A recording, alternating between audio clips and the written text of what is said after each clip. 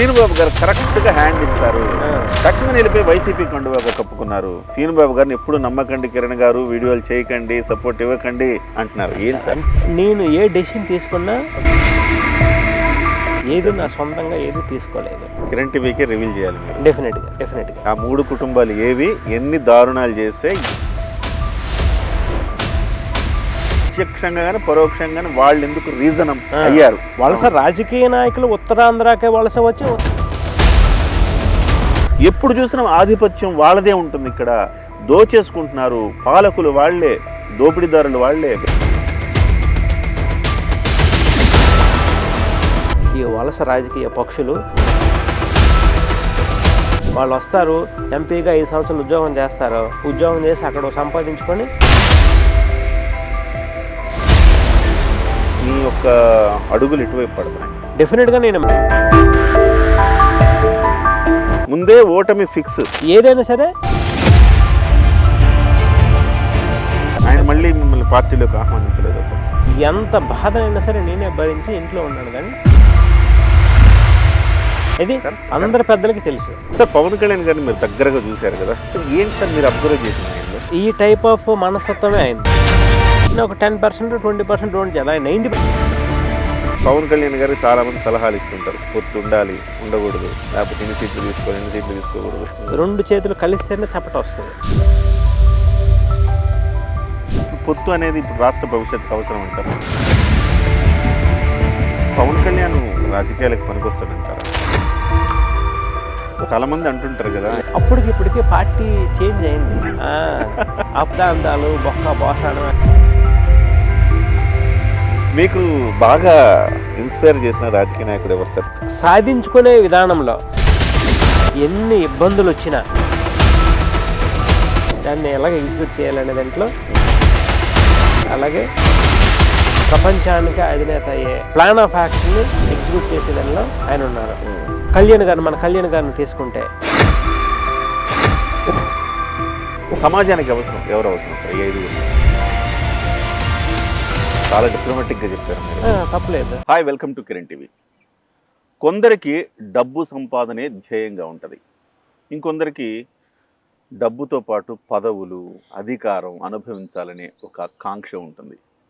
మరికొందరికి మాత్రం తన పుట్టినూరికి, పుట్టిన ప్రాంతానికి ఏదైనా చెయ్యాలన్న తపన ఉంటుంది. ఆ తపనలో కష్టపడి ఎదిగే క్రమంలో డబ్బు రావచ్చు, పదవులు రావచ్చు, కానీ అల్టిమేట్ గోల్ మాత్రం తన ప్రాంతానికి తాను ఏదైనా చేయాలి. ఇదే ఉద్దేశంతో వాళ్ళు బతుకుతూ ఉంటారు. అలాంటి 3వ కోవకు చెందిన వ్యక్తి డాక్టర్ గేదెల శ్రీనుబాబు గారు. శ్రీనుబాబు గారు శ్రీకాకుళం జిల్లా పాలకొండ అనే డివిజన్లోని అల్లెన అనే ఒక చిన్న గ్రామంలో పుట్టి ఒక వ్యవసాయ కుటుంబంలో పుట్టారు. అక్కడి నుంచి పల్లె నుంచి పట్టణానికి, పట్టణం నుంచి ఢిల్లీకి, ఢిల్లీ నుంచి అమెరికా స్టాన్ఫోర్డ్ దాకా ఎదిగారు. ఎదుగుతున్న ప్రతి దశలోనూ ఆయన కళ తన ప్రాంతానికి ఏదైనా చేయాలి, ఉత్తరాంధ్రకి ఏదైనా చేయాలి అనే తపనతోనే ఆయన ఇంతకాలం ఎదుగుతూ వచ్చారు. హైదరాబాద్, చెన్నై, విశాఖపట్నం, ఢిల్లీ ఇలా 4-5 చోట్ల పల్సస్ గ్రూప్ని స్థాపించి ఆ పల్సస్ గ్రూప్కి సీఈఓగా ప్రస్తుతం సేవలు అందిస్తున్నారు. నమస్కారం సార్. నమస్తే. బాగున్నారు సార్? Very good. రైతు సదస్సులు నిర్వహిస్తున్నారు. ఏంటి సార్ రైతు సదస్సు ఉద్దేశం ఏంటి? రైతు సదస్సు యొక్క ముఖ్య ఉద్దేశం రైతుల పంటలకు తగిన గిట్టుబాటు ధరలు తీసుకురావడం, అలాగే రైతుల యొక్క పిల్లలకు ఉద్యోగాలకి ఎక్కువ వెళ్ళిపోకుండా వాళ్ళ ఇంట్లోనే వాళ్ళు ఉండి వాళ్ళ ఉత్పత్తుల్ని ఆన్లైన్లో అమ్ముకునే విధంగా వాళ్ళకి తగిన శిక్షణ ఇవ్వడం. సో తద్వారా ఈ వలసలను నిరోధించి రైతుల ఉత్పత్తులకి తగిన ధర వచ్చేటట్టుగా చేయడం, దాంతోపాటు వాళ్ళ పిల్లలకి వాళ్ళ ఊర్లోనే ఉండే విధంగా ఉద్యోగాలు కల్పించడం. సో అదే రైతు సదస్సు యొక్క ముఖ్య ఉద్దేశం. రైతు సదస్సుల్ని మన ఆంధ్రప్రదేశ్లోనే ఎందుకంటే స్టార్ట్ చేశాము. ఆంధ్రప్రదేశ్ అనేది వ్యవసాయ ఆధారిత ప్రాంతం. భారతదేశంలో 4వ స్థానంలో ఉంది ఎక్స్పోర్ట్ విషయంలో. కానీ ఈ ఎక్స్పోర్ట్ చేస్తున్న వాటిల్లో మనీ అంతా రైతులకు రావడం లేదు, దళారులకి వెళ్ళిపోతుంది. మనం సాల్ట్ ప్రాసెసింగ్ తీసుకున్నాం అనుకోండి, ఎగ్జాంపుల్ సాల్ట్ అనేది అక్కడ కల్లుప్పు అంటాం, అక్కడ రూపాయి ఉంటుంది కేజీ. అదే మనం ప్రాసెస్ అయ్యి వచ్చిన తర్వాత అది 25 రెట్లు పెరుగుతుంది, 25 రూపాయలు. అలాగే ప్రతిదీ అక్కడ వడ్లు కానీ ఏది తీసుకున్నా అక్కడ ఉండే కాస్ట్ కన్నా కనీసం 10 టైమ్స్ మనకు మార్కెట్లో ఉంటుంది. అలాగే ఎక్స్పోర్ట్ అయిన తర్వాత ఇంకొక 20 టైమ్స్ అవుతుంది. కానీ దీని యొక్క ప్రతిఫలాలు రైతులకు రావడం లేదు. అందుకోసమనే రైతుల్ని వాణిజ్య పంటల వైపు ప్రోత్సహించి రెగ్యులర్గా పండించే వరి ఇలాంటివి కాకుండా వాణిజ్య పంటలు, దినుసులు, పప్పు దినుసులు, అలాగే కూరగాయలు, ముఖ్యంగా ఆర్గానిక్ ప్రొడక్ట్స్ వీటి వైపు మళ్ళించి ఆ ఉత్పత్తుల్ని వాటి ప్రాచుర్యాన్ని మార్కెట్ చేయాలి. మార్కెట్ చేయడానికి ఒకప్పుడు మార్కెట్ చేయాలంటే చాలా కష్టం, నెట్వర్క్ అనేది ఉండేది కాదు. కానీ ఈ రోజుల్లో గ్లోబలైజేషన్ పుణ్యమాని, ప్రపంచీకరణ పుణ్యమాని ప్రతి ఒక్కరు వాళ్ళ ఇంటి దగ్గర నుంచే ప్రపంచం మొత్తం వాళ్ళ ప్రొడక్ట్స్ని సేల్ చేసుకోవచ్చు. దానికి చాలా మార్గాలు కూడా ఉన్నాయి. ఆ మార్గాల్లో మేము కూడా ఒక మార్గం చెప్తున్నాం. ఆంధ్రప్రదేశ్ సంబంధించి ఒక పోర్టల్ కూడా చేస్తున్నాం. ఈజీగా ప్రతి రైతు బిడ్డ ఒక పారిశ్రామికవేత్తగా ఎదిగేందుకు ఒక మార్గాన్ని చూపిస్తున్నాం అనమాట. అదే ఈ రైతు సదస్సుల యొక్క ముఖ్య ఉద్దేశం.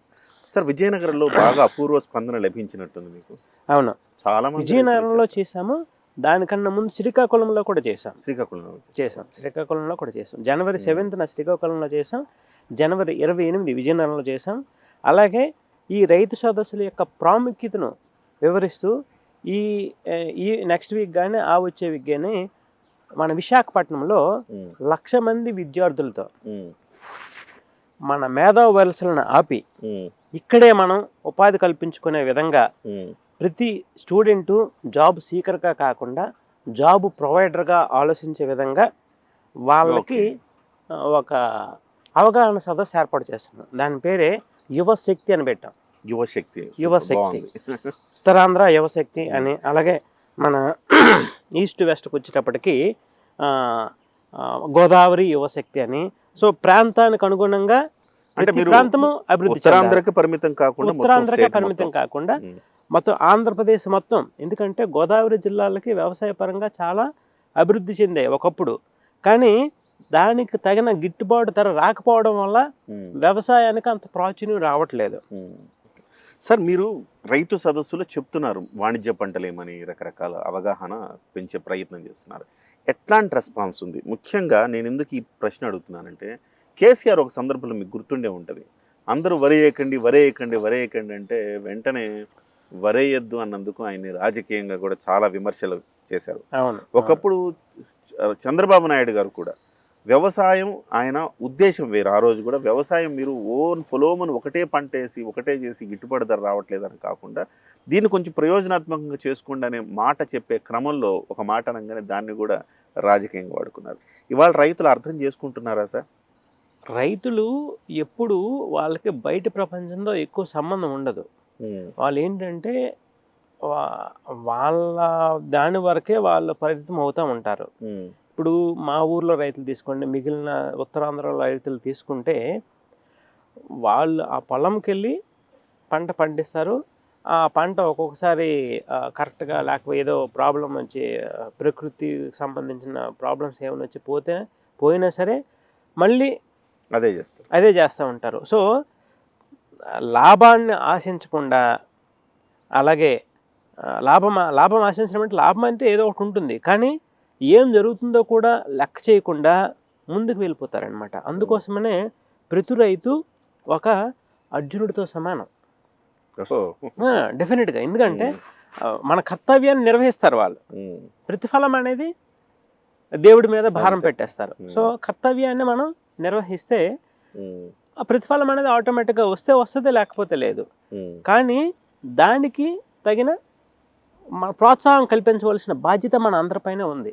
మీరు రైతులకు సంబంధించిన సదస్సులు నిర్వహిస్తున్నారు. వాస్తవానికి ఇవన్నీ కూడా ప్రభుత్వాలు చేయాల్సిన పనులు. కానీ మీరు ఒక వ్యక్తిగా ఒక వ్యవస్థను ఏర్పాటు చేసుకుని ఈ సదస్సులు నిర్వహిస్తున్నారు. అవును. ఈ సదస్సుల ద్వారా మీరు అనుకున్న లక్ష్యాన్ని సాధించడానికి ఎంత టైం పెట్టుకున్నారు సార్? ఏ టైంలోపు నేను అనుకున్న లక్ష్యం నెరవేరదని మీకు అంచనా వేస్తున్నారు? అవగాహన సదస్సులో అయితే మాకున్న అనుభవంతో, మా సంస్థకున్న అనుభవంతో ఒక 2 నెలల్లోనే 2 కోట్ల మందికి రీచ్ అయ్యే విధంగా మేము చేయగలం. ఓకే. ఒక 40 లక్షల మందికి డైరెక్ట్గా మీట్ అవుతాం వచ్చే 2 నెలల్లో. కానీ దీని యొక్క ప్రతిఫలం 40 లక్షల మందిని మీట్ అవ్వడం సాధ్యమే.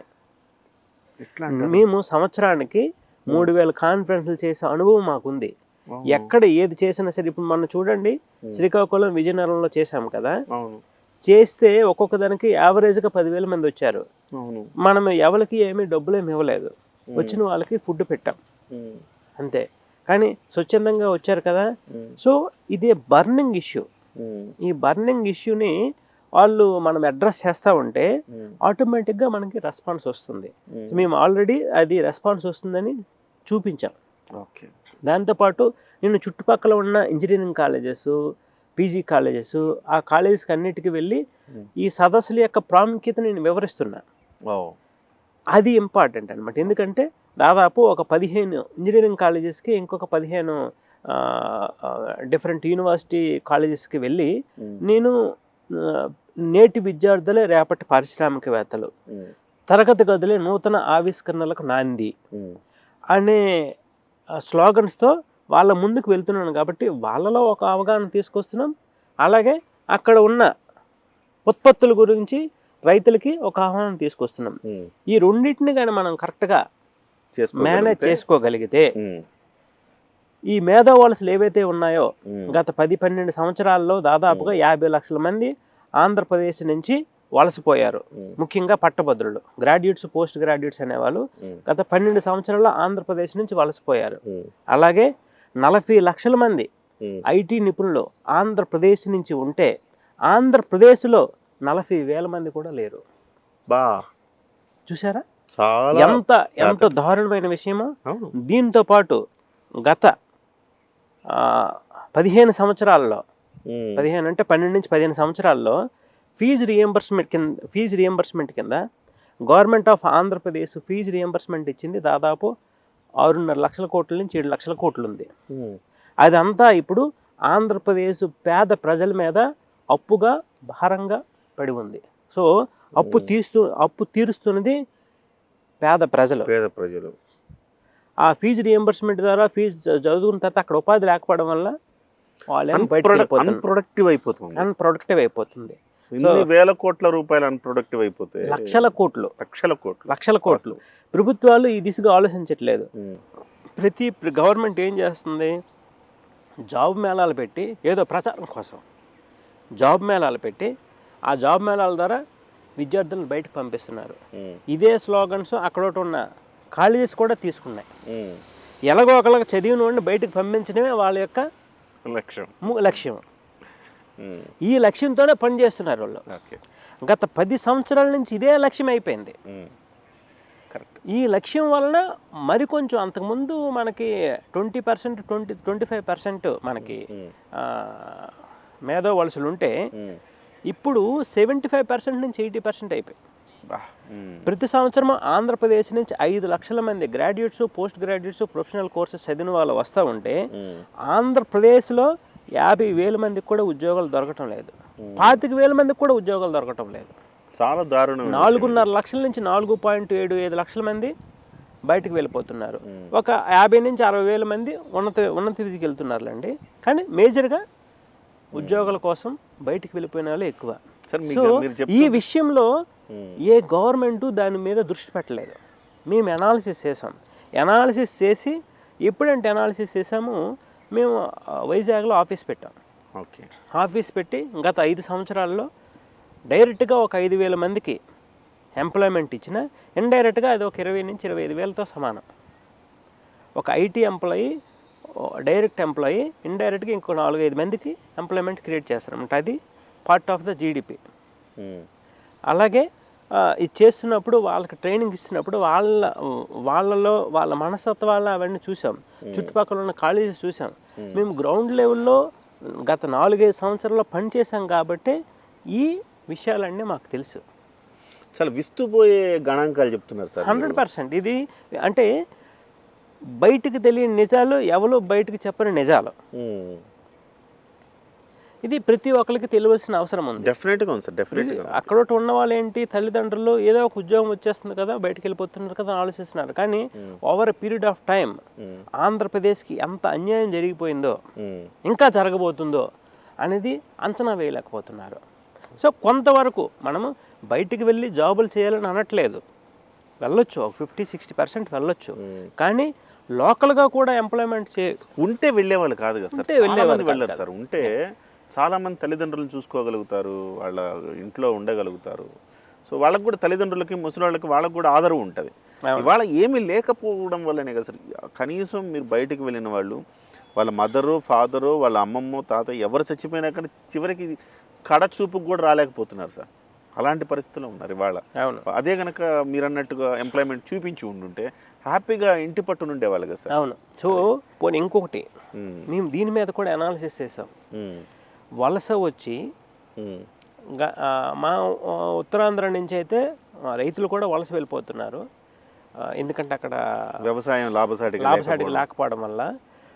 సో వీళ్ళు కూడా ఈ చదువుకునే వాళ్ళు కూడా వలస వెళ్ళిపోతున్నారు. పోనీ వలస వీళ్ళు వచ్చేసిన తర్వాత వీళ్ళు ఏమైనా హ్యాపీగా ఉంటున్నారా? వీళ్ళు ఎర్న్ చేసి అంటిల్ ఎర్నింగ్ వీళ్ళ బలం బాగున్నంత వరకు ఫస్ట్ 20 సంవత్సరాలు బాగానే ఉంటారు. ఎప్పుడైతే వీళ్ళు ముసలోళ్ళు అయిపోతారో, 60-65 సంవత్సరాలు అయిపోతాయో, వీళ్ళ పిల్లలు ఈ వలస వచ్చిన వాళ్ళని వృద్ధాశ్రమాలకు పంపిస్తున్నారు. అలాగే నేను కొన్ని వేల కుటుంబాలను చూశాను. ఎందుకంటే ఇప్పుడు మనం ఒక ఊర్లో ఉంటే ఒక 1000 మందో 2000 మందితో మనం ఉంటాం. మన అన్న, మన తమ్ముడు, మన బావ, మన అక్క, మన చెల్లి, ఇవన్నీ ఉంటాయి, ఈ బంధాలు ఉంటాయి. ఆ పల్లెటూరులో, సిటీలో ఉండవు. సో ఇక్కడ పుట్టిన పిల్లలకి ఆ పల్లెటూరు లక్షణాలు అనేది అడాప్ట్ రావడం లేదు. మన భారతీయ సంస్కృతి సాంప్రదాయం అనేది అడాప్ట్ కావడం లేదు. ఎప్పుడైతే ఈ సంస్కృతి సాంప్రదాయం అనేది అడాప్ట్ కావడం లేదో పెద్దల యందు గౌరవం కూడా రోజు రోజుకి తగ్గిపోద్ది. మనకి గన్ కల్చర్ అవుతుంది అమెరికా లాగా. సో ఈ కల్చర్ని మన సంస్కృతిని సాంప్రదాయాన్ని కొంతవరకు నిలబెట్టుకోవాలంటే కొంతమందినైనా లోకల్ ఎంప్లాయ్మెంట్ క్రియేట్ చేసి వాళ్ళ తల్లిదండ్రుల దగ్గర ఉండే విధంగా చేయాలని చెప్పేసి దాంట్లో పాటుగానే నేను government of India prime minister గారితో కూడా మాట్లాడడం జరిగింది. డిజిటల్ ఇండియా, భారత్ ఇండియాలో కాన్సెప్ట్లో భాగంగా ఇండియాలోనే హైయెస్ట్ సీట్స్ మేము తీసుకున్నాం to create the rural employment కింద. వాళ్ళు కొంత సపోర్ట్ చేస్తారు, ఫైనాన్షియల్గా కొంచెమే ఉంటుంది కానీ less than 1%. కానీ is a digital India brand. Sir మీరు రైతు సదస్సు పెడితే ప్రతి చోట స్వచ్ఛందంగా 10,000 మంది వస్తున్నారు. నేను ఇదే అంశాన్ని నా వీడియోలో కూడా ప్రస్తావించాను సార్. ₹1 ఇవ్వకుండా 10,000 మందిని సమీకరించడం అంటే మామూలు విషయం కాదు. ఎంతో ఆవేదన, బాధ, ఏదో మనకు కావాలన్న ఒక తపన ఉంటే తప్ప మీ సదస్సుకు రారు. అంటే వాళ్ళంత రైతు బంధు వస్తుంది, రకరకాల పథకాలు వస్తున్నాయి, రైతు భరోసా, ఇన్ని వస్తున్నప్పటికి కూడా వాళ్ళు మీ సదస్సుకి ఏదో కావాలి, శ్రీనుబాబు గారు ఏదో చెప్తారు, రైతు సదస్సు మా జీవితాలు బాగుపడతాయని వచ్చారంటే ప్రభుత్వాలకి సిగ్గుచేటు కదా సార్. అవగాహన కల్పించడం, వాళ్ళు ప్రభుత్వాల సంక్షేమం వాళ్ళందరినీ బాగా చూసుకుంటే మీ దాకా ఎందుకు వస్తారు వాళ్ళు? అంటే వాళ్ళకి ఏంటంటే శ్రీనుబాబు అంటే మా ఉత్తరాంధ్రలో ముఖ్యంగా ఒక సైంటిస్టు, శాస్త్రవేత్త, యువ శాస్త్రవేత్తగా పరిచయం వాళ్ళకి. నాకు 2007లో గ్లోబల్ యంగ్ సైంటిస్ట్ అవార్డు, ప్రపంచ యువ శాస్త్రవేత్త అవార్డు వచ్చినప్పుడు అప్పుడు ఈనాడే ఉండేది, ఇంక సాక్షి లేదు. అందులో యంగ్ పీపుల్కి ఒకటి రాస్తాడు, ఒక కాలము. ఆ కాలం పేజ్ మొత్తం నాది రాశాడు. సో రాసినప్పుడు వాళ్ళందరికీ నేనేమో ఒక యువ శాస్త్రవేత్తగా పరిచయం. అందువలన ఒక శ్రీనుబాబు శాస్త్రవేత్త గత 15 సంవత్సరాల నుంచి ఈయన ప్రపంచమంతా తిరిగాడు. అదే కాకుండా ఇంకా లాస్ట్ 6-7 ఇయర్స్ నుంచి నేను గ్రౌండ్ లెవెల్లో ప్రతి ఒక్కరితోనే మింగిల్ అవుతున్నా. రైతులతోని, గ్రామీణ ప్రజలతోని, అందరితోని మింగిల్ అవుతున్నాను. కొంచెం పాలిటిక్స్లో కూడా యాక్టివ్గా ఉన్నాను. బిజినెస్లో ఉంటూ పాలిటిక్స్లో కూడా ప్రతి వారానికి కనీసం 3 రోజులు మా ప్రాంతాల్లో తిరుగుతూ ఉంటాను. గత 6-7 సంవత్సరాల నుంచి జరుగుతున్నది ఇదే. సో లేకపోతే ప్రతిదీ ప్రాచారంలోకి రాదు. గ్రౌండ్ లెవెల్లో రీసెర్చ్ వర్క్ చేస్తున్నప్పుడు రీసెర్చ్ వర్క్ చేస్తాం. సో ఓవరాల్గా చేసిన తర్వాత దీనికి ఇప్పుడు రైతు సదస్సుల యొక్క ఇంపార్టెన్స్ గురించి శ్రీనుబాబు చెప్తారు. ఆ చెప్పేది మనకి మన భావితరాలకి ఉపయోగపడుతుంది అనే నమ్మకం వాళ్ళలో ఉంది. ఆ శ్రీకాకుళం విజయనగరంలో ఆల్రెడీ వచ్చింది. అందుకోసమనే రైతు సదస్సు అనగానే వేల మంది వచ్చేస్తారు. మళ్ళీ అక్కడ స్టూడెంట్స్ ఉంటారు, స్టూడెంట్స్కి సపరేట్గా చేస్తున్నారు. సో రైతులే అంతమంది వస్తున్నారంటే వాళ్ళకి కావాల్సింది శ్రీనుబాబు తన ప్రచారంలో ఇస్తారు. మీ మీద నమ్మకం ఉంది కాబట్టి ఏదో మీరు చెప్తారని వస్తారు. At the same time government fail అయిపోయినట్టే కదా సార్, గవర్నమెంట్లే కదా సార్ ఇవన్నీ చేయాల్సింది. ఈ సదస్సు వ్యవసాయ యూనివర్సిటీలు ఉంటాయి, వాళ్ళు ఏదో పరిశోధన చేస్తుంటారు, వాళ్ళందరూ రైతులకు సంబంధించి వాళ్ళు ఒక ఇన్పుట్స్ ఇచ్చి ఇలా చేసుకోండి చెప్పాలి, సదస్సులు పెట్టాలి, మీలాంటి వాళ్ళని వాళ్ళు గెస్ట్గా తీసుకురావాలి. అవును, కానీ మీరే పెట్టుకొని మీరే రైతులందరికంటే ఎంత శ్రమ కోర్చి చేస్తారు మీరు. అంటే మనకి శ్రమ అనుకుంటున్నాం కానీ మనకు ఆటోమేటిక్గా సిస్టము అక్కడ ఉన్న లోకల్ పీపుల్ సపోర్ట్ చేస్తున్నారు. ఆ సపోర్ట్ చేయడం వల్ల మనం చేయగలుగుతున్నాం. ఓకే, లేదనుకుంటే చేయలేం. ఇప్పుడు ఒక కాన్ఫరెన్స్ని ఒక రోజుకు ఒక చిన్న ప్రోగ్రామ్, మన ఇంట్లో ప్రోగ్రామ్ ఒక 40-50 మందికి ఫుడ్ పెట్టాలంటేనే చాలా అట్టహాసం అయిపోతుంది మనం. కరెక్టే కదా, అంతేనా? సో అలాంటిది వేల మందికి ఫుడ్తో పాటు వాళ్ళ బాగోగులు చేసే ఇది చెప్తున్నామంటే దాంట్లో ఇంపార్టెన్స్ని గ్రహించి అక్కడికి వస్తే మాకు ఏదో ఒకటి వస్తుంది. ఇప్పుడు ప్రపంచంలో మా కాన్ఫరెన్స్కి అందరూ ప్రతి కాన్ఫరెన్స్కి పార్టిసిపేట్ చేసే మేధావులు అంటే డాక్టర్సు అలాగే స్కాలర్సు కనీసం $1000 పే చేసి మా కాన్ఫరెన్స్కి వస్తారు. ఎందుకు అంత పే చేసి వస్తారు? ఆ వాల్యుబుల్ కాబట్టి, ఆ తగిన సమాచారాన్ని మనం ఇస్తాం కాబట్టి, ఆ సమాచారం ఇవ్వడమే కాకుండా వాళ్ళ యొక్క ప్రొఫైల్ని కూడా మనం ఇంప్రూవ్ చేస్తాం కాబట్టి. అలాగే ఇక్కడ రైతులు కూడా మా యొక్క సదస్సుల యొక్క ఇంపార్టెన్స్ని వాళ్ళు గ్రహించారు కాబట్టి ఆటోమేటిక్గా వస్తారు. ఎప్పుడైతే వస్తారో ఇది వాళ్ళకి మంచిది, వాళ్ళ భావితరాలకి మంచిది. ఈ విజ్ఞానాన్ని మేము ప్రపంచవ్యాప్తంగా చేస్తున్నాం.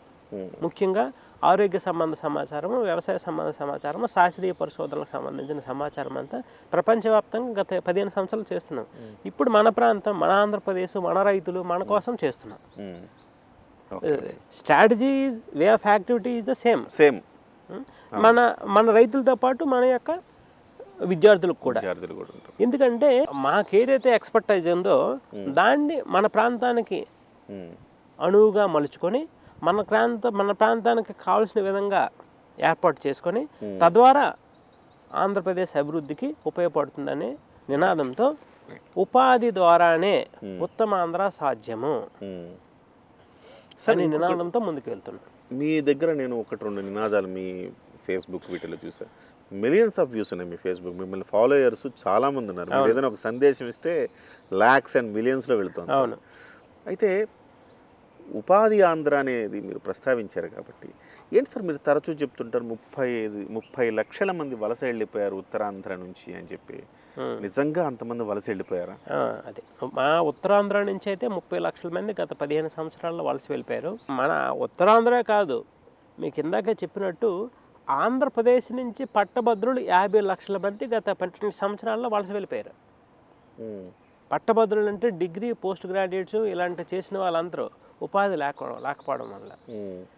సో ఇప్పుడు ఆంధ్రప్రదేశ్ ఎకానమీ ఎందుకు మిగిలిన రాష్ట్రాలతో పోటీ పడలేకపోతుంది? కర్ణాటక, తమిళనాడు, మా ఇటువైపు తెలంగాణతో అక్కడ ఇన్కమ్ జనరేట్ చేసే వ్యవస్థని ఏర్పాటు చేయలేకపోవడం వల్ల ఇన్కమ్ జనరేట్ చేసే వ్యవస్థ ఏర్పాటు చేస్తే ఈరోజు ఈ 1,00,000 కోట్లు, 1,50,000 కోట్లు ఏవైతే పెండింగ్లో ఉన్నాయో పెండింగ్లో ఉండవు. ఎవరు దీనిగా ఉంటారు అక్కడోట ఎవరి ఇన్కమ్ వాళ్ళే జనరేట్ చేసుకోవాలి. ఏ స్టేట్కి సంబంధించి వాళ్ళే జనరేట్ చేసుకోవాలి. దానికి సంబంధించిన కార్యాచరణ రూపొందించుకోవాలి. కానీ మాకు సెంట్రల్లో ఏ గవర్నమెంట్ వస్తుందో వాడిచ్చే భిక్ష మీద మనం ఆధారపడి ఉంటామంటే మనం ఎప్పటికీ డెవలప్ అవ్వలేము. సార్ ఇప్పుడు మీరు ఉపాధి లేదు అంటున్నారు కదా, పక్కనే విశాఖపట్నం ఉత్తరాంధ్రకు సంబంధించిందేగా విశాఖపట్నం. అవును. విశాఖపట్నంకి అంటే దేశంలో అనేక ప్రాంతాల నుంచి వచ్చి అక్కడ ఉద్యోగాలు చేస్తూ ఉన్నారు. నేషనల్ కంపెనీస్ ఉన్నాయి, నేషనల్ ఇన్స్టిట్యూషన్స్ ఉన్నాయి. ఇంత పెద్ద అంటే ఆంధ్రప్రదేశ్లో ఒక పెద్ద నగరం అంటే మనం విశాఖపట్నాన్నే చెప్పుకుంటాం. అలాంటి విశాఖపట్నాన్ని పక్కనే పెట్టుకొని వాళ్ళందరూ ఉపాధి లేదు, లేకపోతే బయటికి వెళ్ళిపోతున్నాం అంటాం ఎంతవరకు కరెక్ట్? ఇంకా దాంతో కంపేర్ చేసి రాయలసీమ ఏమనాలి? దాని గురించి కూడా చెప్తాను నేను. అక్కడ విశాఖపట్నంలో గత 20 సంవత్సరాల నుంచి అయితే ఏమీ అభివృద్ధి జరగలేదు. అంతకుముందు జరిగిన అభివృద్ధి విశాఖపట్నానికి ఆటోమేటిక్గా వచ్చిన కొన్ని గవర్నమెంట్ పరిశ్రమలు, స్టీల్ ప్లాంట్ కావచ్చు, ఫిషింగ్ హార్బర్ కావచ్చు, లేదనుకుంటే ఫార్మాసిటీ కావచ్చు, 20 సంవత్సరాలకు ముందు ప్లాన్ చేసి అవి ఎస్టాబ్లిష్ అయినవి. సో ఈ గవర్నమెంట్ ఇన్స్టిట్యూషన్స్లో ఉన్న ఉద్యోగస్తులందరూ ఆల్ ఓవర్ ఇండియా నుంచే వస్తారు, కానీ ఆ ప్రాంతం నుంచే ఉండరు. కరెక్ట్, అది గవర్నమెంట్ పాలసీ అది. సో అక్కడ వాళ్ళకు ఉపయోగపడే పరిశ్రమలు ఏమైనా ఉన్నాయంటే అక్కడ వాళ్ళకు ఉపయోగపడే పరిశ్రమలు ఏవి లేవు. మీరు విజయనగరం తీసుకుంటే కాలుష్యాన్ని వెదజల్లే రసాయన పరిశ్రమలు ఉన్నాయి, కానీ పర్యావరణాన్ని రక్షించే వ్యవసాయ సంబంధ పరిశ్రమలు, ఆహార సంబంధ పరిశ్రమలు లేవు. ఆ కాలుష్యాన్ని వెదజల్లే ఫార్మా రసాయన పరిశ్రమల వల్ల సహజ వనరులు అంతరించిపోతున్నాయి. మానవ వనరులు, మనుషులు అక్కడి నుంచి వలస వెళ్ళిపోతున్నారు. సో ఇది మీరు గమనించాలి. ఓకే. సో అక్కడ వాళ్ళకు ఉపయోగపడే ఇప్పుడు శ్రీకాకుళంలో పలాసలో ఇట్లంతా జీడి పరిశ్రమ బాగా పరిశ్రమ అది కొంతవరకు మాత్రమే, కొన్ని వేల మందికి మాత్రమే అది ఉపాధి పరిశ్రమ. కానీ ఆ జీడికి కూడా తగిన గిట్టుబాటు ధర రావడం లేదు. దాన్ని మార్కెట్ చేయడంలో ఏదో కొంత లోపం ఉంది, అది కూడా మేము గ్రహించాం. ముఖ్యంగా విజయనగరంలో మేము కాన్సన్ట్రేట్ చేసేది ఏంటంటే ఈ కూరగాయల్ని, అలాగే పప్పు దినుసుల్ని, అదర్ వాణిజ్య పంటల్ని మేము ప్రోత్సహించి వాటికి తగిన ధర వచ్చే విధంగా ఆన్లైన్లో మార్కెట్ చేద్దాము మీ ప్రణాళిక, మా ప్రణాళిక. అలాగే సాల్ట్ ప్రాసెసింగ్ జోన్స్ కూడా ఎస్టాబ్లిష్ చేసి, ఒకప్పుడు ఉప్పు ప్రాసెసింగ్లో మన ఆంధ్రప్రదేశ్ 2వ స్థానంలో ఉండేది, 1వ స్థానంలో ఉండేది గుజరాత్ కన్నా. ఇప్పుడు అసలు మొదటి 10 స్థానాల్లో ఎక్కడా లేము. నిర్లక్ష్యం చేశారు. అవకాశం ఉండి కూడా నిర్లక్ష్యం చేశారు. భారతదేశంలో 923 కిలోమీటర్లతో అతి ఎక్కువ సముద్ర తీర ప్రాంతం ఉన్న ప్రాంతం మన ఆంధ్రప్రదేశ్, గుజరాత్ తర్వాత. గుజరాత్లో సాల్ట్ ప్రాసెసింగ్ అంతా, ఇక్కడ సాల్ట్ ప్రాసెసింగ్ క్లోజ్ అయిపోయి గుజరాత్కి వెళ్ళిపోయింది. అలాగే మత్స్య పరిశ్రమ అంతా ఇక్కడ ఆల్మోస్ట్ ఎండ్ అయిపోయి గుజరాత్కి వెళ్ళిపోయింది, గుజరాత్కి తమిళనాడుకి వెళ్ళిపోయింది. సో మీరు అప్పుడెప్పుడు పాకిస్తాన్లో కొంతమంది మత్స్యకారులు పట్టుబడ్డారంటే వాళ్ళు ఉత్తరాంధ్ర మత్స్యకారులు పాకిస్తాన్లో అక్కడికి వెళ్ళి చేసుకోవాల్సి వచ్చింది. ఇక్కడే అవకాశం ఉంటే ఇక్కడ ఉండేవారు, బాండెడ్ లేబర్గా వెళ్ళిపోతున్నారు.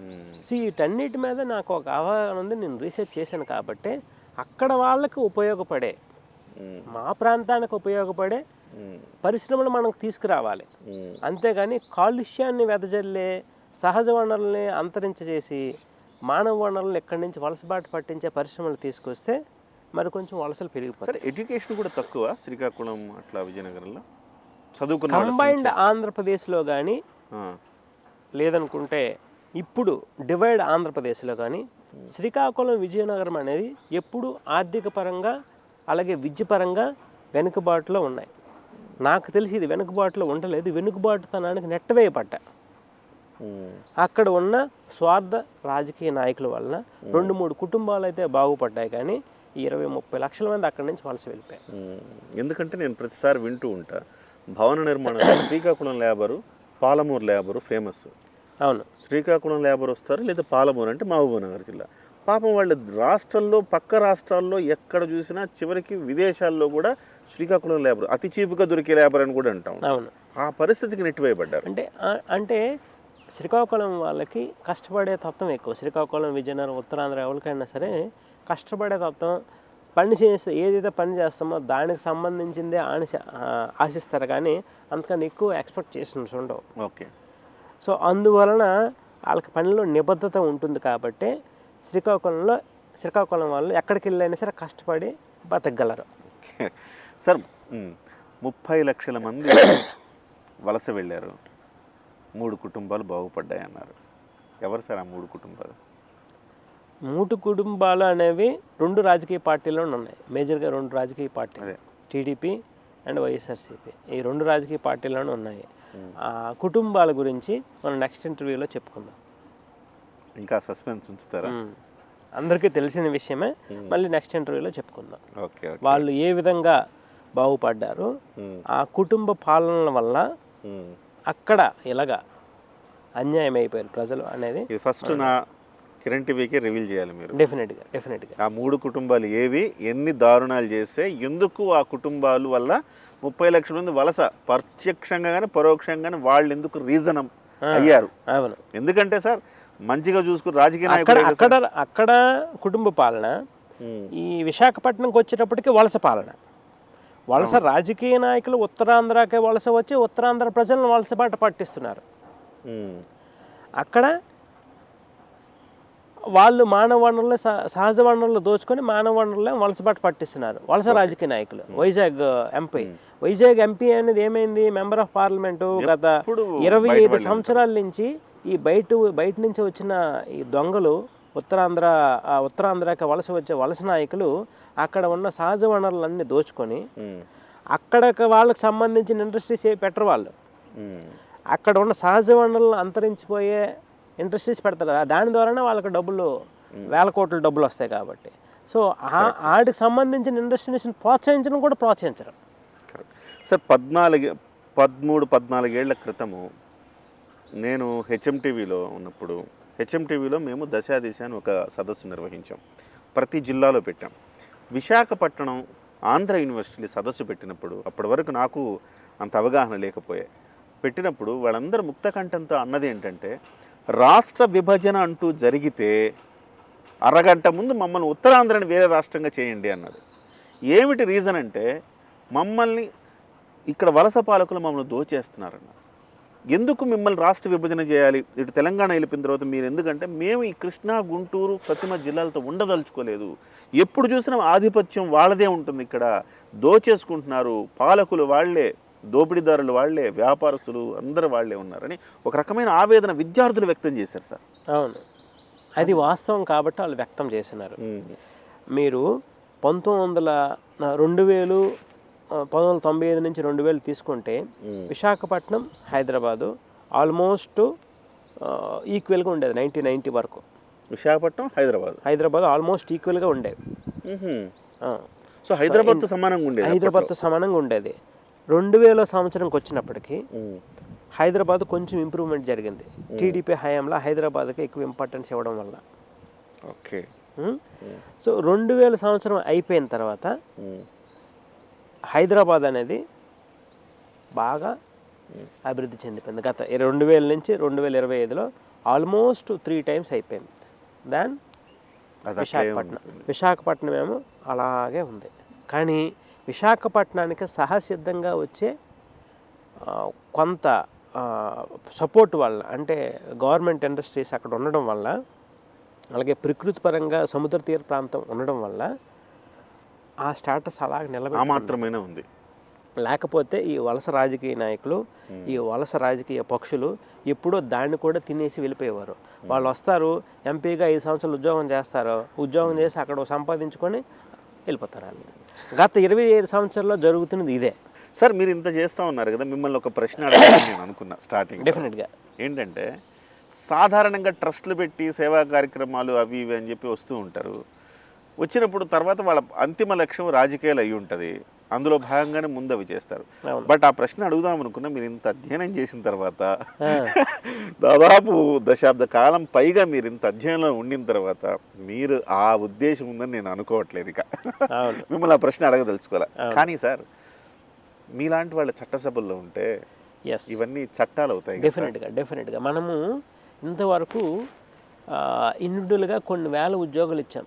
నాకు తెలిసి ఆంధ్రప్రదేశ్లో గత 5 సంవత్సరాల్లో అతి ఎక్కువ ఉద్యోగాలు కల్పించిన ఏకైక సంస్థ మా పల్సస్ గ్రూప్. దాదాపుగా 5,000, డైరెక్ట్గా ఇండైరెక్ట్గా ఒక 20 నుంచి 25,000. సో ఇన్ని ఉద్యోగాలు ఇచ్చి అందులోనే 75% మహిళలకే. ఇన్ని ఉద్యోగాలు ఇచ్చి it is certified by the software technology parks of India. And మన పిఎఫ్ రికార్డ్స్లో కూడా చూసుకోవచ్చు. మన పిఎఫ్ రికార్డ్స్లో ఎవరైనా మాకన్నా ఎక్కువ ఉద్యోగాలు ఇచ్చారంటే నేను బుర్ర గొరిగించుకుంటా వాళ్ళ ముందే, including the top people of Andhra Pradesh. ఎవడంతుంటో వాడు లాస్ట్ 5 yearsలో మాకన్నా ఎవడైనా ఉద్యోగాలు ఎక్కువ ఇచ్చాడని సీనిబాబు దగ్గర ముందు చెప్పమని చెప్పండి, నేను సమాధానం చెప్తాను. ఎవరికి ఆ ధైర్యం లేదు, ఆ దమ్ము లేదు. నేను గత 5 సంవత్సరాలు 440 కోట్లు ఇన్వెస్ట్ చేసి మన ప్రాంతంలో ఉద్యోగాలు సృష్టించడం కోసం, డిజిటల్ మార్కెటింగ్లో ట్రైనింగ్ ఇవ్వడం కోసం, మన విద్యార్థులకి గ్లోబలైజేషన్ వైపు తీసుకెళ్ళడం కోసం నా సాయశక్తిలో ప్రయత్నం చేస్తూనే ఉంటాం. ఓకే. దానికి అనుగుణంగానే ఇప్పుడు తద్వారా ఈ రైతు సదస్సులు కూడా చేస్తున్నాం.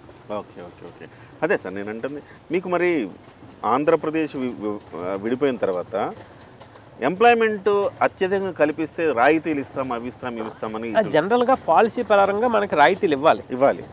గవర్నమెంట్లో అప్పుడు రాయితీలు ఇస్తామని చెప్పారు. ఆ పాలసీ పరంగా మనకు 80 నుంచి 88 కోట్లు ఆంధ్రప్రదేశ్ గవర్నమెంట్ నుంచి రావాలి. అది వస్తాయి అంటున్నారు, కానీ నాకు తెలిసి అది ఎప్పుడు వస్తాయో నాకు తెలియదు. 5 సంవత్సరాల నుంచి ఇప్పుడు మిమ్మల్ని పొలిటికల్గా ఆపడానికి నెల అయ్యేసరికి ఒక ఎంప్లాయీకి శాలరీ ఎంత అవసరమో, మనం ఏదైతే రాయితీలు ఇస్తామో ఆ రాయితీలు ఇండస్ట్రీకి ఇవ్వకపోతే రోజుగా ఇండస్ట్రీ నశించిపోతాయి. సరే ఎందుకు ఇస్తారు? డెవలప్ చేయాలి, వాళ్ళకి ప్రోత్సాహం ఇస్తేనే ఇక్కడ వైబుల్ అయిద్దని కదా వాళ్ళు అది వస్తారు కదా. ఇప్పుడు హైదరాబాద్ అనుకోండి, హైదరాబాద్కు ప్రోత్సాహకాలు ఇవ్వాల్సిన అవసరం లేదు. ఎందుకు ఇవ్వాల్సిన అవసరం లేదు? ఇక్కడ కావాల్సిన మానవ వనరులు ఆల్రెడీ ఎస్టాబ్లిష్ అయి ఉన్నాయి. ఐటీ అంటే మానవ వనరులు, ఇక్కడ క్వాలిటీ పీపుల్ మనకు దొరుకుతారు. అందువలన ఇక్కడ రాయితీలు ఇవ్వాల్సిన అవసరం లేదు. కానీ రాయితీలు ఎక్కడ ఇవ్వాలి? ఒరిస్సాకి ఇవ్వాలి, అలాగే ఆంధ్రప్రదేశ్కి ఇవ్వాలి, లేదా బీహార్కి ఇవ్వాలి. ఎందుకంటే అక్కడ ఎస్టాబ్లిష్ కావాలంటే సంస్థల ముందు వచ్చి అక్కడ ఉన్న పీపుల్ని ట్రైన్ చేయాలి ఆ దిశగా. ఒకప్పుడు హైదరాబాద్లో కూడా ఐటీ ట్రైన్ చేయడానికి రూపాయికే 50 ఎకరాల ల్యాండ్ కూడా ఇచ్చిన మన చంద్రబాబు నాయుడు మైక్రోసాఫ్ట్. కరెక్ట్. ఓకేనా? అలాగా ప్రోత్సాహకాలు ఇస్తేనే ఒక సిస్టమ్ ఏర్పడుతుంది, ఒక చైన్ ఏర్పడుతుంది. ఆ చైన్ ఏర్పడిన తర్వాత నువ్వేం ప్రోత్సాహకాలు ఇవ్వవసరం లేదు. దాని మనలో అదే. అలాగా ఆంధ్రప్రదేశ్లో చాలా అన్యాయం చేశారు. 2006, 2007 టైంలో ఏం చేశారంటే హైదరాబాద్లో ఉన్న భూముల్ని సేల్కి చేసి, అప్పుడు ఉన్న ప్రభుత్వ అధికారులు, ఎంపీలు ఇదంతా చేశారనమాట కావాలనే అక్కడ వాళ్ళు. ఎందుకంటే వలస రాజకీయ నాయకుల వల్ల ఎంత అన్యాయం జరిగిందో మీకు చెప్తాను నేను. హైదరాబాద్లో ఐటీ భూముల్ని సేల్ మోడల్లో పెట్టి, విశాఖపట్నంలో ఐటీ హిల్స్లో భూముల్ని లీజ్ మోడల్లో పెట్టారు. 33 సంవత్సరాల లీజు. లీజుకి తీసుకున్న వాడికి లోన్ రాదు. వాడు అక్కడ ఎలాగ ఎస్టాబ్లిష్ అవుతాడు? లేదనుకుంటే అదే మరి హైదరాబాద్కు ధీటుగా ఆంధ్రప్రదేశ్, విశాఖపట్నం అభివృద్ధి చెందాలి. ఈ వలస నాయకులు విష సంస్కృతి వలన, విష బీజాల వలన విశాఖపట్నం ఈరోజు ఐటీ పరంగా అంతగా అభివృద్ధి చెందలేకపోయింది. ఓకే సార్, ఇది మీకింత విజన్ ఉండి ఇంత వర్క్, ఒక వ్యక్తిగా ఇంత వర్క్ చేస్తున్నప్పుడు ఒక ప్రభుత్వ వ్యవస్థలోకి మీరు వెళితే అద్భుతమైన ఫలితాలు ఉంటాయి. మరి ఏంటి సార్ మీ యొక్క అడుగులు ఎటువైపు పడుతున్నాయి? డెఫినెట్గా నేను మెంబర్ ఆఫ్ పార్లమెంట్ లేదనుకుంటే మెంబర్ ఆఫ్ లెజిస్లేటివ్ అసెంబ్లీ దానికోసం ఏదో ఒకటి ప్రయత్నం చేస్తున్నాము. సో ఏ విధంగా అయినా సరే మనం ఇండివిజువల్గా వేలల్లో ఇచ్చాము, చట్టసభల్లో ఉంటే దాన్ని లక్షల్లో ఇచ్చి చూపిస్తలో చేయగలుగుతారు. అది సార్, ఇప్పుడు విశాఖపట్నం నుంచి శ్రీనిబాబు గారు పోటీ చేస్తారని కొంతమంది, లేదు విజయనగరం నుంచి శ్రీనిబాబు గారు పోటీ చేస్తారని కొంతమంది, విశాఖపట్నం అయితే బీజేపీ జనసేన అని కొంతమంది, విజయనగరం అయితే టీడీపీ అని కొంతమంది. ఏంటి సార్ చాలా స్పెక్యులేషన్ వస్తుంది. అదే అంటే మనము ఎవరికైతే మన యొక్క సేవలు అవసరమో వాళ్ళే మనల్ని పిలుస్తారు. డెఫినెట్గా నేనైతే అందరితోనే కాంటాక్ట్లో ఉన్నాను. నాకు త్వరలోనే ఏదో మనం క్లియరెన్స్, ఇంతకుముందు నేను వైజాగ్ ఎంపీగా కంటెస్ట్ చేయవలసి ఉంది, కానీ కంటెస్ట్ చేయలేదు. అప్పుడు పరిస్థితుల వలన కంటెస్ట్ చేయలేకపోయాను. ఇప్పుడు మాత్రం ఎలాగో ఒకలాగా ముందుకు వెళ్తాం. సార్, ఈ సందర్భంలో మీ గురించి నేను ఇంత ముందు చేసిన 2-3 వీడియోల్లో వచ్చిన ఒక అంశాన్ని మీ ముందు ఉంచుతాను. శ్రీనుబాబు గారిని నమ్మకండి, శ్రీనుబాబు గారు కరెక్ట్గా హ్యాండ్ ఇస్తారు. టైంకి ఆయన జనసేన వదిలేసి వెళ్ళిపోయారు. 2019లో టక్మని వెళ్ళిపోయి వైసీపీ కండువా కప్పుకున్నారు. శ్రీనుబాబు గారిని ఎప్పుడు నమ్మకండి, కిరణ్ గారు వీడియోలు చేయకండి, సపోర్ట్ ఇవ్వకండి అంటున్నారు. ఏంటి అంటే కొంతమంది కింద లెవెల్లో ఉన్న వాళ్ళకి అర్థం అవ్వదు. నేను ఏ డెసిషన్ తీసుకున్నా కళ్యాణ్ గారికి చెప్పే తీసుకున్నా, ఏది నా సొంతంగా ఏది తీసుకోలేదు. కళ్యాణ్ గారికి చెప్పి ఆయన యొక్క అభిప్రాయం తీసుకున్న తర్వాతే నేను డెసిషన్ తీసుకున్నాను. సో దానితోపాటు సీనుబాబు అనేవాడు ఒక వ్యక్తి కాదు, ఒక సంస్థకి అధినాయకుడు. కొన్ని వేల కుటుంబాలు శ్రీనుబాబుతో పాటు ట్రావెల్ అవుతున్నాయి.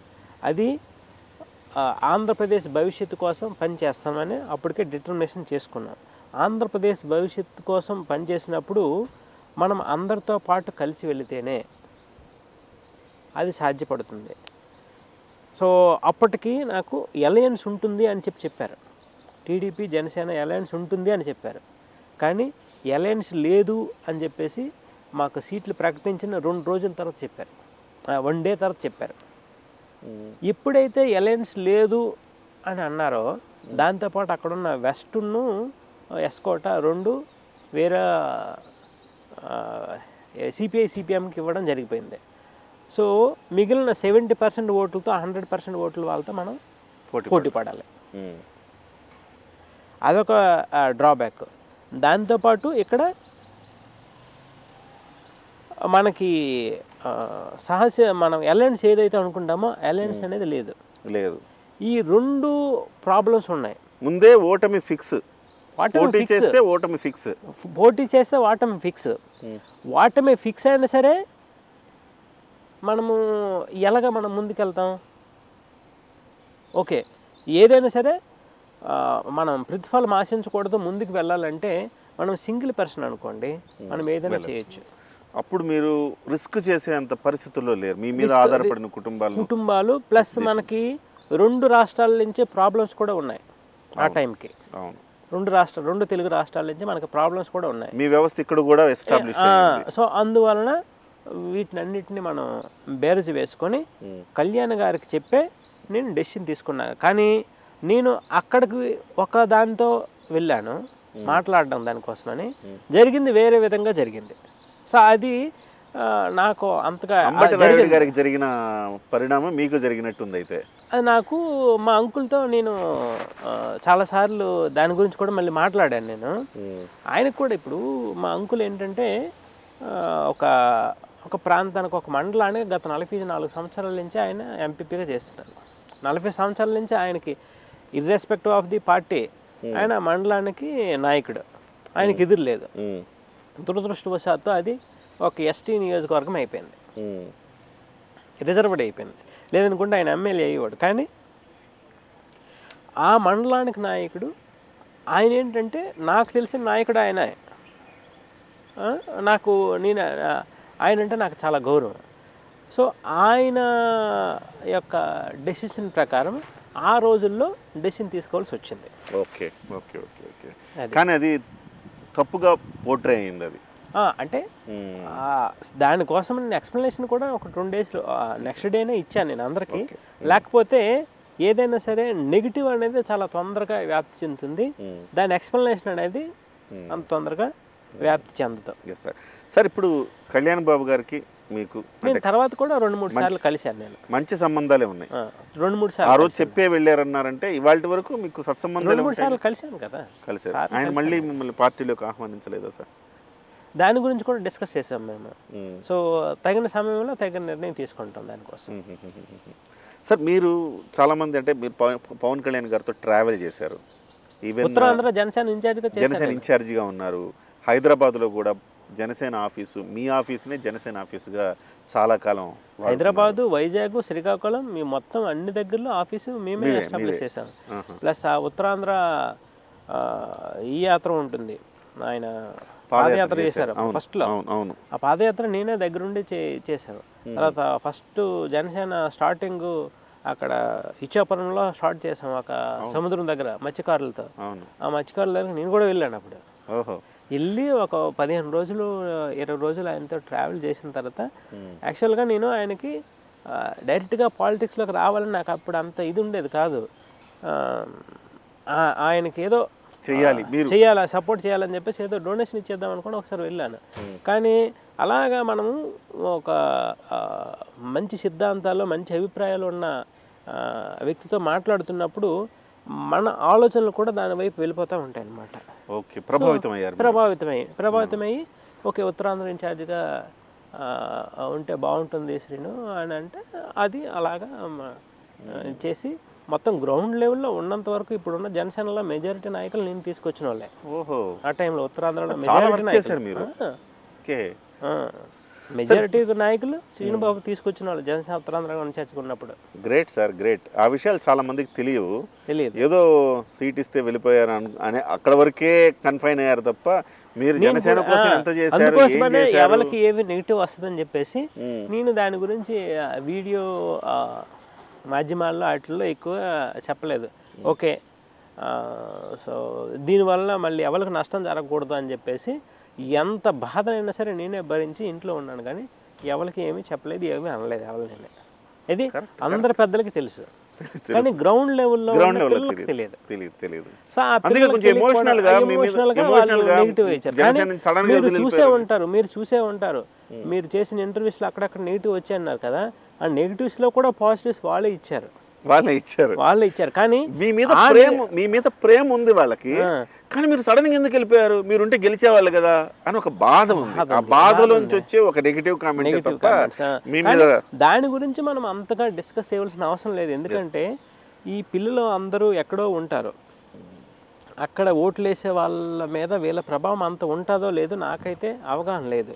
సో వీళ్ళని మనం కొంతవరకు ఇది చేసుకుంటూ గ్రౌండ్ లెవెల్లో పనిచేస్తే మంచిది అని చెప్పేసి ఈ రైతు సదస్సులు, విద్యార్థుల సదస్సులు అనేది చేయడం జరుగుతుంది. సార్, పవన్ కళ్యాణ్ గారిని మీరు దగ్గరగా చూశారు కదా, ఆయనతో ట్రావెల్ చేశారు ఉత్తరాంధ్ర అంతా, ఎస్పెషల్లీ ఆయనకు ఉత్తరాంధ్ర మీద బాగా మమకారం కూడా. సార్ ఏంటి సార్ మీరు అబ్జర్వ్ చేసింది ఆయనలో? ఆయన ఎప్పుడు డెవలప్మెంట్ కోసము లేదనుకుంటే ఆయనకు ఒక 10 రూపాయలు వచ్చిందంటే 10 రూపాయల్లో 9 రూపాయలు డొనేట్ చేస్తారు. సో ఈ టైప్ ఆఫ్ మనస్తత్వమే అయింది. నాది కూడా అంతే. ఎంత వస్తే అందులో కనీసం నేను ఒక 10% 20% డొనేట్ చేయాలి, 90% డొనేట్ చేస్తాడు ఆయన.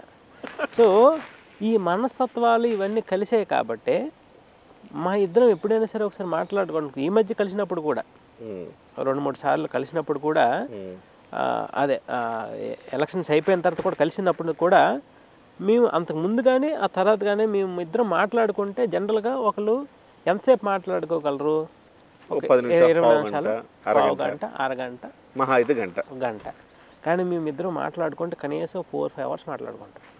ఏముంటుంది సార్ అంత సబ్జెక్ట్ అంటే ఎంత వేవ్ లెంత్ సెట్ కాకపోతే అలా మాట్లాడుకోగలం. కరెక్ట్. ఆయన అభిప్రాయాలు, నా యొక్క అభిప్రాయాలు, అంటే డెవలప్మెంట్ సమాజం కోసం, మన ఆంధ్రప్రదేశ్ కోసం, అలాగే భవిష్యత్తు కోసం ఏం చేస్తే బాగుంటుంది అనేది, అంటే నాకు తెలిసిన సమాచారం వేరు, ఆయన అవగాహన కొంతవరకు ఉంటుంది. సో ఈ మీకు ఇంతవరకు ఏదైతే షేర్ చేసుకున్నానో ఆయన కూడా కొంతవరకు కొన్ని ఇంపార్టెంట్ విషయాలు తెలుస్తూ ఉంటాయి కదా, అందుకోసమని నాతో ఎక్కువ టైం స్పెండ్ చేయడానికి నాకు తెలుసు. ఆయన ఒక రోజు 2 కోట్లు 3 కోట్ల రూపాయలతో సమానం. అంత టైం నాకు ఇస్తున్నారంటే మీరంత వాల్యుబుల్ అయితే ఇస్తారు. మీ దగ్గర నుంచి ఆయనకి ఇచ్చే ఇన్పుట్స్ కూడా ఎంతో వాల్యుబుల్ అయ్యి ఉంటాయి కదా. మనిషి అనే కాదు నా ఉద్దేశం, మీ స్టడీ ఆయనకి ఇస్తున్నప్పుడు అది ఎంత ఉపయోగపడుతుంది అది. సార్, ఇప్పుడు పవన్ కళ్యాణ్ గారికి చాలామంది సలహాలు ఇస్తుంటారు, పొత్తు ఉండాలి, ఉండకూడదు, లేకపోతే ఇన్ని సీట్లు తీసుకోవాలి, ఇన్ని సీట్లు తీసుకోకూడదు. ఆ సలహాలు ఇవ్వడంలో వన్ ఆఫ్ ద పర్సన్ నేను ఆ టైంలో. లేకపోతే ఏంటంటే మనము పొత్తు అనేది మన వైపు నుంచే కాకుండా అటువైపు నుంచి కూడా ఉండాలి. 2 చేతులు కలిస్తేనే చప్పట వస్తుంది, 2 చేతులు ఒక దీంతో ఎప్పుడు రాదు కదా. సో ఆ టైంలో వాళ్ళు వేరే విధంగా తీసుకెళ్లారు. సో అందుకోసమే అది సెట్ అవ్వలేదు. ఓకే, ఇప్పుడు పొత్తు అనేది ఇప్పుడు రాష్ట్ర భవిష్యత్తుకు అవసరం అంటారా? ఈరోజు అవసరమనే నాకు 100% అనిపిస్తుంది. ఓకే సార్, పవన్ కళ్యాణ్ గారు రాజకీయాలకు పనికొస్తాడంటారా? ఎందుకు పనికిరారని మీరు అనుకుంటున్నారు? చాలా మంది అంటుంటారు కదా, ఆయనకున్న మంచితనం కావచ్చు, ఇలాంటి ఈ రోజు రాజకీయాలు అదొక్కటే కొంచెం నెగిటివ్. లేకపోతే కాలానికి అనుగుణంగా, సమయానికి అనుగుణంగా అప్పటికిప్పటికి పార్టీ చేంజ్ అయింది. అప్పుడు సిద్ధాంతాలు బొక్క బోసానం ఏదో ఎక్కువ వాటిల్లో ఉండేది, కానీ ఇప్పుడు ఓకే మనము రాజకీయానికి ఏం కావాలనే దిశలో ఆలోచిస్తాం. అది మనము ఎలాగో ఒకలాగా విజయం సాధించాలి. విజయం సాధించిన తర్వాత మన స్ట్రాటజీస్ ఇంప్లిమెంట్ చేసుకోవాలి. విజయం సాధించడానికి మేము ఇది ఫాలో అవుతామంటే ఎవడు ఫాలో అవ్వడు. నేను చెప్పింది ఏంటంటే మనం ప్రజాస్వామ్యంలో ఉన్నప్పుడు ప్రజలకు అనుగుణంగా మనం మన యొక్క పార్టీని సిద్ధాంతాలని ముందు వాళ్ళు ఏదైతే ఇష్టపడుతున్నారో వానికి అనుగుణంగా వాళ్ళని చేంజ్ చేసుకోవాలి. మనం చేంజ్ అవ్వాలి. మనకు ఒకసారి పొజిషన్ వచ్చిన తర్వాత అది కరెక్ట్, అది వాళ్ళని మన వైపు తిప్పుకోవాలి. అది స్ట్రాటజీ. అంతేగాని ముందే మనం ఈ సిద్ధాంతాలను పెట్టుకొని వీటి వైపు అందరు నడవండి అంటే గ్రౌండ్ లెవెల్లో అంతగా వెళ్ళలేం మనం. ఎందుకంటే ఆంధ్రప్రదేశ్లో ఓట్లు వేసేవాళ్ళు 75% నిరక్షరాస్యులు. మళ్ళీ చెప్తున్నా, ఆంధ్రప్రదేశ్లో ఓట్లు వేసేవాళ్ళు 75% నిరక్షరాస్యులు. అదేంటి సార్ క్లారిటీ లేదండి? క్లారిటీ లేదు కదా, క్లియర్గా చెప్తాను. ఇప్పుడు ఆంధ్రప్రదేశ్ అక్షరాస్యత 60% ఉంది కదా. అవును, 60% ఉంది కదా. 60% అక్షరాస్యతలో 30% వాడు చదువుకున్నాడు, ఎవడు ఓటేయడు. వాడు ఏదో ఏదో కవర్లు చెప్తా ఉంటాడు. వాడు ఇలాగ మాట్లాడతారు కానీ ఓట్లు తక్కువ. కానీ రైతులు పొలంలో ఉండేవాళ్ళు వాళ్ళకి బయట ప్రపంచం తెలియదు. వాళ్ళలో 90% వాళ్ళు ఓటేస్తారు. ప్రతి పల్లెటూరులోనే ప్రతి ఒక్కడు వచ్చి ఓటేస్తాడు. కానీ సిటీస్లో ఉన్న ఎదవలు ఎవడు ఓటేయడు. చదువుకున్నామనే ఇది కానీ వాళ్ళకి మినిమం కామన్ సెన్స్ ఉండదు వాళ్ళకి ప్రజాస్వామ్యం మీద, దీని మీద. కానీ ఇలాంటి కామెంట్లు మాత్రం చేస్తూ ఉంటారు. సో అందువలన నిరక్షరాస్యుల ఓట్ల మీద మనం గెలవాలి. కాబట్టి మీకు అదే చెప్తాను, నిరక్షరాస్యులు 75% ఓటర్స్ 4 కోట్ల ఓట్లు ఉంటే అందులో 2 నుంచి 2.5 కోట్ల ఓట్లు నిరక్షరాస్యులవే. ఆ 2 నుంచి 2.5 కోట్ల ఓట్లలో 2 కోట్ల ఓట్లు ఎవరైతే వస్తాయో వాళ్ళకే ప్రభుత్వం. సో నిరక్షరాస్యులతో మనం ట్రావెల్ చేయాలి. వాళ్ళే ప్రభుత్వం నిర్ణయించేది. ఈ గొట్టంగాలు కాదు, ఈ కామెంట్లు చేసేవాళ్ళు, లేదనుకుంటే ఈ సిటీస్లో ఉన్న హైఫై వాళ్ళు, వీళ్ళ వలన అయితే కాదు గవర్నమెంట్. మీరు లాజికల్గా భలే చెప్పారు మీరు. అంటే 75% ఏం కన్ఫ్యూజ్ అయ్యాను నేను ఫస్ట్. 75% ఎలా అవుతుంది? ఈ 40%లో ఖచ్చితంగా 35% మంది ఓట్లు వేస్తారు, అంతే కదా. అంటే 30% ఇప్పుడు మనం 30% తీసేస్తే 70%ని మనం 100%గా తీసుకోవాలి. అది తీసుకుంటే మీరు చెప్పిన ఆ 70-75% మంది నిరక్షరాస్యులు అనేది కన్వే. వీళ్ళు అలయన్స్లో ఈ మధ్య ఏంటంటే అలయన్స్లో వచ్చేసి మేము ఆల్రెడీ గవర్నమెంట్ ఫామ్ చేస్తామని ఒళ్ళుకోవుతూ ఉన్నారు వీళ్ళు. అక్కడ అది లేదు, గ్రౌండ్ లెవెల్లో అంతగా లేదు. గ్రౌండ్ లెవెల్లో పని చేయవలసింది చాలా ఉంది. అవునా? ఉంది. అంటే అవును, మీరు క్షేత్రస్థాయిలో అందరితో ఇంటరాక్ట్ అవుతున్నారు కదా మీరు. అది అందుకోసమే ఏం కాదా సార్ ఇవాళకి ఈజీ కాదు. కష్టపడితే కానీ సాధించలేము. సరైన కోఆర్డినేషన్తో వెళ్ళాలి, కష్టపడాలి. ఈ మనకు బయట కళ్ళకు కనిపిస్తున్నది వేరు, అక్కడ జరగబోయేది వేరు. సో ఆ గ్రౌండ్ లెవెల్లో వెళ్ళి పని చేస్తే కానీ దాన్ని పాజిటివ్గా తీసుకురాలి. మీకు చెప్పాను కదా, 2 కోట్ల ఓట్లు, 1,50,00,000 ఓట్లు ఎవరికైతే వస్తాయో ఆల్మోస్ట్ వాళ్ళే విన్ అవుతారు. ఓకేనా? ప్రజెంట్ రూలింగ్లో ఉన్న పార్టీ వాళ్ళు బలంగా ఎందుకు మేమే వస్తామనే దీంతో ఉన్నారు. ఎందుకంటే ఈ నిరక్షరాస్యుల ఓట్లు ఎక్కువ. మొన్న ఎమ్మెల్సీ ఎలక్షన్ అయిందా? అదే నేను అనుభూతున్నా మీరు చెప్పారు. ఎమ్మెల్సీ ఎలక్షన్ అయిందా? ఎమ్మెల్సీ ఎలక్షన్ ఎక్కడైనా సరే రూలింగ్ పార్టీకి రాలేదు కదా. వాళ్ళకి ఆ ఓట్లు కాదని చెప్పేసి డైరెక్ట్గా సజ్జల రామకృష్ణారెడ్డి గారు చెప్పారు. మీరు చెప్పిన 70% అది మ్యాచ్ అవుతుంది. అది మీకు అర్థమైందా? ఇప్పుడు అర్థమైంది. కమర్షియల్ పంధాలోనే మెసేజ్ పంపించాలి తప్ప, నేను మెసేజ్ కోసమే సినిమా తీస్తానంటే అది అవార్డు కోసమే వెళ్తుంది తప్ప జనంలోకి వెళ్ళదు. అవార్డు సినిమా వద్దు మనకి. కమర్షియల్ పందాలో మనం సినిమా తీయాలి. పవన్ కళ్యాణ్ గారు ఎలాగైతే సినిమాల్లో కమర్షియల్గా సందేశం పంపుతారు, ఇవాళ కూడా అదే ముళ్ళును ముళ్ళుతో తీసేయాలంటారు. అది ఆ విషయంలో కొంతవరకు మెచ్యూరిటీ వచ్చింది, అవగాహన వచ్చిందని నేను అనుకుంటున్నాను. సార్ ఫైనల్గా మీరు ఉత్తరాంధ్ర కోసం మీ విజన్ ఏదైతే అనుకున్నారో 10 లక్షల ఉద్యోగాల కల్పన డాక్యుమెంట్ చేశారా సార్ దాన్ని? చేశాం. అది ఇప్పుడు మీరు పార్టీలకు ఏ పార్టీలకు వెళ్తే ఆ పార్టీలు ఇప్పుడు మేనిఫెస్టోలో పెట్టించే ప్రయత్నం మేనిఫెస్టోలో ప్రయత్నం అదే నేను వెళ్తున్నప్పుడే రాజకీయాల్లోకి వెళ్ళినా వెళ్ళకపోయినా మీకు ఎంపీ స్థానం మీరు అది చేస్తూ ఉంటాము. కానీ చట్టసభల్లో ఉంటే దాని యొక్క ప్రతిఫలం 100 రెట్లు ఉంటుంది. డెఫినెట్ ఫాలో అప్ చేసి చేయించుకుంటాం. కానీ ఇప్పుడు మేనిఫెస్టోలో పెట్టే ప్రయత్నం మీరు ఆ పార్టీలకి మెసేజ్ పంపించచ్చుగా.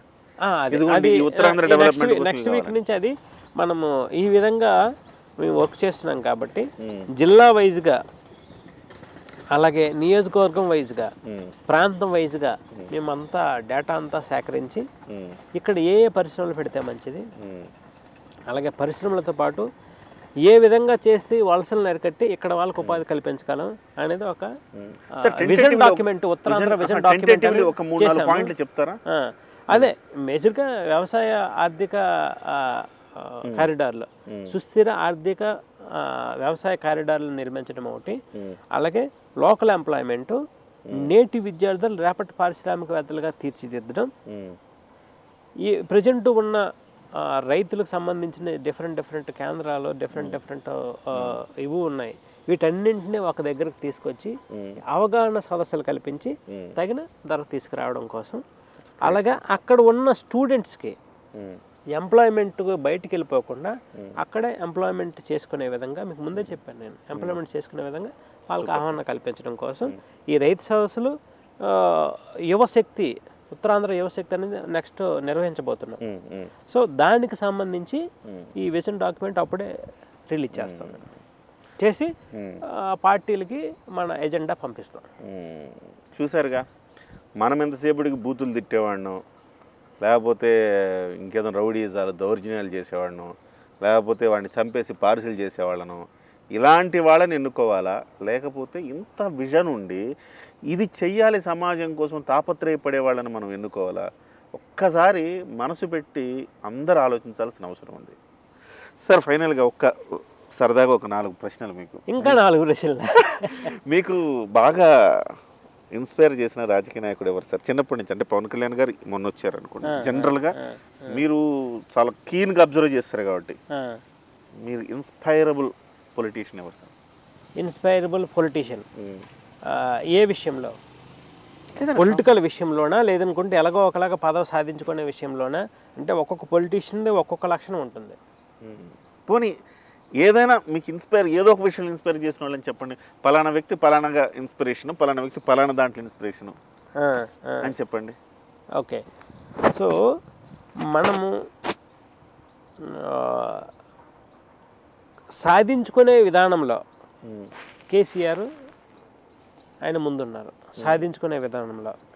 అలాగే ఎన్ని ఇబ్బందులు వచ్చినా, జైలుకి వెళ్ళినా సాధించుకునే విధానంలో జగన్మోహన్ రెడ్డి గారు ఉన్నారు. ఒక విజన్ డాక్యుమెంట్, ఒక విజన్ తీసుకొచ్చి దాన్ని ఎలాగ ఎగ్జిక్యూట్ చేయాలనే దాంట్లో చంద్రబాబు నాయుడు గారు ఉన్నారు. అలాగే నరేంద్ర మోడీ గారు ప్రపంచానికి అధినేత అయ్యే ఒక ప్లాన్ ఆఫ్ యాక్షన్ని ఎగ్జిక్యూట్ చేసే దానిలో ఆయన ఉన్నారు. మన కళ్యాణ్ గారిని తీసుకుంటే ఆయన ఎలాగైనా మనం ప్రజలకి మంచి చేయాలి, అక్కడ వాళ్ళకి సపోర్ట్ చేసే విధంగా మన వ్యవస్థని మార్చాలి, మార్పు తీసుకురావాలి. కొంతమందికి మాత్రమే ఈ అభివృద్ధి ఫలాలు అందుతున్నాయి. ఇది బడుగు బలహీన వర్గాలకి, హరిజన గిరిజనులకి, అలాగే బీసీలకి అందరికీ చేరాలంటే రాజ్యాధికారం అందరి చేతుల్లో ఉండాలి. దానికోసం ఆయన గత 20 సంవత్సరాల నుంచి పనిచేస్తున్నారు. ఆయనకి అవగాహన లేదని చాలామంది అంటారు, కానీ అవగాహన ఉంది. కానీ సపోర్ట్ సిస్టమ్ కోసం ఆయన వర్క్ చేస్తున్నారు. ఆ దీంట్లో కళ్యాణ్ గారిని, అలాగే మిగిలిన వాళ్ళంతా సపోర్టింగ్ సిస్టమ్ డిఫరెంట్. ఈ 5 మేజర్. సమాజానికి ఎవరు అవసరం సార్ ఈ 5? అంటే ఒక్కొక్కరు ఒక్కొక్క విధంగా వాళ్ళ ఎక్స్పర్టైజ్.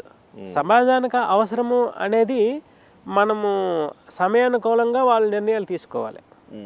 ఇప్పుడు ఇక్కడ తెలంగాణ అనుకోండి, అప్పుడు ఆ టైంలో మీరు అందరికీ తెలుసు తెలంగాణ విడిపోతే మన ఆంధ్రప్రదేశ్ వాళ్ళం కదా. చిరాకుగా అనిపించేది. కానీ డివైడ్ అయిపోయిన తర్వాత ఓకే, ఏదేమైనా అభివృద్ధి జరుగుతుందిలే, ఏదో జరుగుతుందిలే, ముందుకెళ్తున్నాం, ఏదో జరుగుతుందిలే అని అనిపించింది. అలాగే ఈ మధ్య రేవంత్ రెడ్డి గారు వచ్చారు. ఆయన కూడా కింద స్థాయి నుంచి వచ్చాడు. కింద స్థాయి ఏం చేశాడు మరి, జడ్పీటీసీ ఎంపీటీసీ ఏదో చేశారని విన్నాను నేను. అక్కడి నుంచి వచ్చి ముఖ్యమంత్రి అయ్యాడు. ఎలాగా సాధించాలనే తపన, పెయింటర్ టు సీఎం ఆయన సాధించాలనే తపనతో ముందుకు వెళ్ళాడు. కానీ చాలా డిఫరెంట్ చాలా డిప్లొమాటిక్ గా చెప్పారు మీరు. తప్పలేదు. సమాజానికి ఒకళ్ళు కావాలంటే వీళ్ళ అవసరం ఈ దశలో ఉందంటే సమయానుకూలంగా, అంతేనా, సమయానుకూలంగా నిర్ణయాలు తీసుకొని ఎలాగైనా మనతో పాటు ఉన్న నాయకులను కూడా ముందుకు తీసుకెళ్ళి, మనతో పాటు ఉన్న నాయకులను కానీ ముందుకు తీసుకెళ్తే మనం సమాజానికి ఉపయోగపడతాం. సో ఏ టైంకి ఆ టైం డివైడ్ అయిపోద్ది. ఇప్పుడు ఒకప్పుడు నాయకులు అద్వానీ గారు ఉండేవారు, ఆయన టైం వేరు.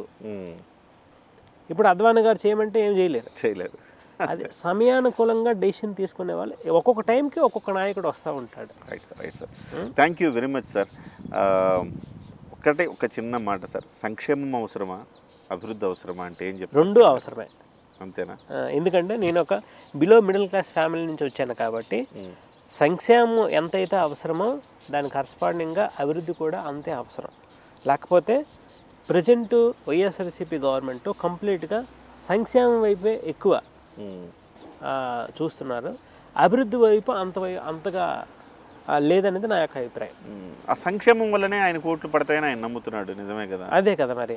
ఈ 75% మంది మీరు అన్నట్టుగా ఓట్లు వేసేవాళ్ళు ఆ సంక్షేమం వైపే వెళ్తారు కదా జనరల్గా.